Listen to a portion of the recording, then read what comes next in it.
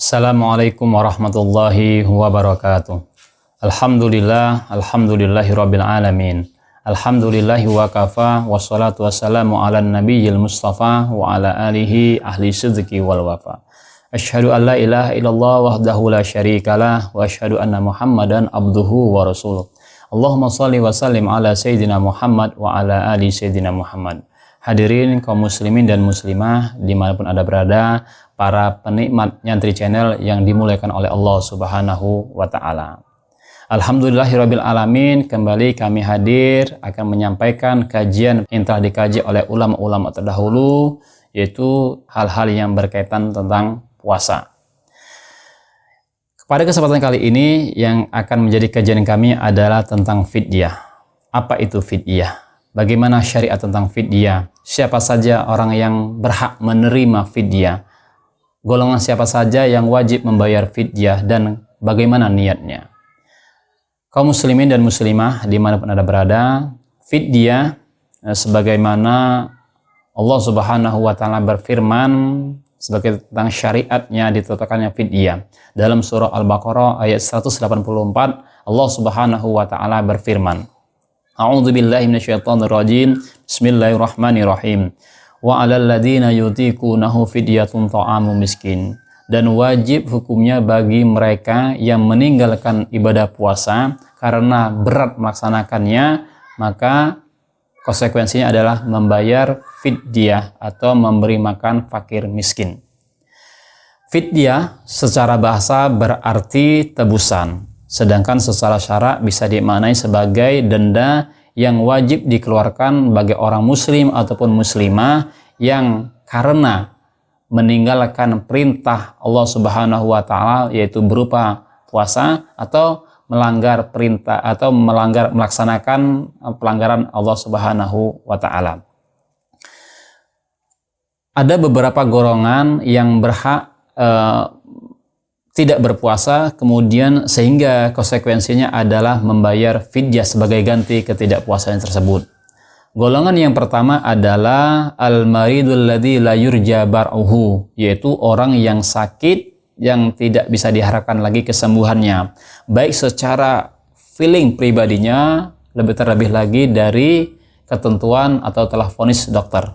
Sebagaimana Allah Subhanahu wa Ta'ala berfirman, memperkuat dari ayat sebelumnya adalah wa ma ja'ala 'alaikum fid dini min haraj, yaitu surah Al-Hajj ayat 78. Orang tua renta, lansia, secara fisik, secara akalnya tidak memungkinkan baginya untuk berpuasa, terlebih lagi setiap harinya harus mengkonsumsi obat sehingga melanggar daripada ketentuan ibadah puasa itu sendiri, maka diperbolehkan untuk tidak berpuasa dan digantikan membayar fidyah. Kemudian golongan yang kedua adalah yaitu asy-syaikhul haram wal ajuz, yaitu orang tua renta. Orang tua renta. Orang tua atau lansia yang tidak mampu secara fisiknya untuk melaksanakan ibadah puasa, maka juga termasuk kategori setelah kategori yang pertama adalah orang yang sakit tidak bisa diharapkan kesembuhannya lagi. Orang tua renta, para orang tua kita yang bisa jadi tidak ingat lagi apa yang barusan ia lakukan, atau secara fisiknya masih kuat, akan tetapi secara lahiriahnya ia tidak, atau sebaliknya, secara umurnya masih bagus tetapi secara fisiknya tidak bisa, maka ini juga bisa dikategorikan orang yang tua renta atau lansia yang tidak memungkinkan baginya untuk melaksanakan ibadah puasa. Sebagaimana Allah Subhanahu wa Ta'ala berfirman tadi, itu wa 'alal ladzina yutiqunahu fidyatun ta'amu miskin. Kemudian golongan yang ketiga yang diperbolehkan untuk membayar fidyah sebagai ganti ia tidak berpuasa adalah al-hamilu wal murdi, yaitu orang yang hamil dan menyusui. Para ulama memberikan perinciannya. Yang pertama adalah ketika ibu hamil atau yang sedang menyusui khawatir terhadap dirinya sendiri, maka hanya diwajibkan baginya untuk mengqadha, tidak diwajibkan atasnya keduanya untuk membayar fidyah. Lain halnya ketika ibu hamil atau menyusui, dia khawatir terhadap anaknya si jabang bayinya atau bayi yang dikandungnya, baik khawatir terhadap fisiknya, perkembangannya, atau air susu, air ASI yang akan menghasilkan mungkin sedikit bagi ibu yang hamil, maka ketika ia khawatir terhadap perkembangan anaknya, khawatir terhadap anaknya, maka ini baginya mendapatkan dua, yaitu pertama wajib mengqadha'nya, kemudian yang kedua adalah membayar fidyah. Kemudian yang golongan selanjutnya adalah orang yang menunda qadha sampai lewat Ramadan berikutnya. Nah, ini ada juga tafsilannya. Yang pertama adalah ketika ia menunda qadha puasanya hingga puasa selanjutnya, Ramadan selanjutnya, dikarenakan uzur syar'i, maka tidak diwajibkan untuk membayar fidyah, akan tetapi hanya saja diwajibkan membayar qadha karena uzur syar'i. Contoh uzur syar'i adalah sakit yang terus menerus atau sakit yang menahun sehingga tahun berikutnya baru sembuh. Nah, ini ada kesempatan waktu untuk membayar qadha, maka wajib baginya untuk membayar qadha tanpa fidyah. Lain halnya orang yang punya hutang sehingga diwajibkan bagi mengqadha puasa di hari yang lainnya.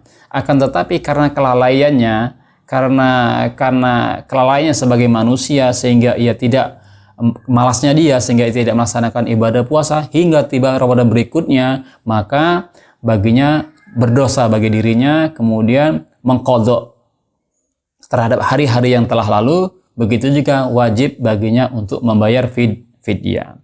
Kemudian selanjutnya adalah golongan orang yang orang tua yang wafat. Orang yang wafat sedangkan ia memiliki hutang puasanya karena udhur syar'i, maka tidak diwajibkan untuk membayar qadha ataupun membayar fidyah. Maksudnya adalah ketika ia wafat dalam keadaan sakit terus menerus sehingga ia menyebabkan ia meninggal, maka dalam posisi ini ia tidak ada kewajiban mengqadha ataupun membayar fidyah. Sedangkan ketika orang yang wafat tidak ada kesembuhannya lagi, atau ada waktu kesembuhannya, sedangkan ia tidak mau membayarnya, kemudian hingga ajalnya tiba, maka wajib bagi orang yang wajib bagi ahli warisnya untuk membayarkan fidyah atas nama si mayit tadi. Hadirin kaum muslimin dan muslimah dimanapun Anda berada, terkait tentang fidyah itu sendiri, inilah golongan-golongan orang yang wajib baginya untuk membayar fidyah ketika ia meninggalkan ibadah puasa. Adapun takaran fidyah itu sendiri, besaran kisaran itu sendiri, para ulama berbeda pendapat. Ada yang mengatakan 5 ons, ada yang mengatakan 5,9 ons sampai 6,7 ons. Akan tetapi alangkah lebih afdolnya sebagai ihtiyatan kita, hati-hati kita, maka ambillah yang paling atas 6 atau bisa jadi 6,7 ons.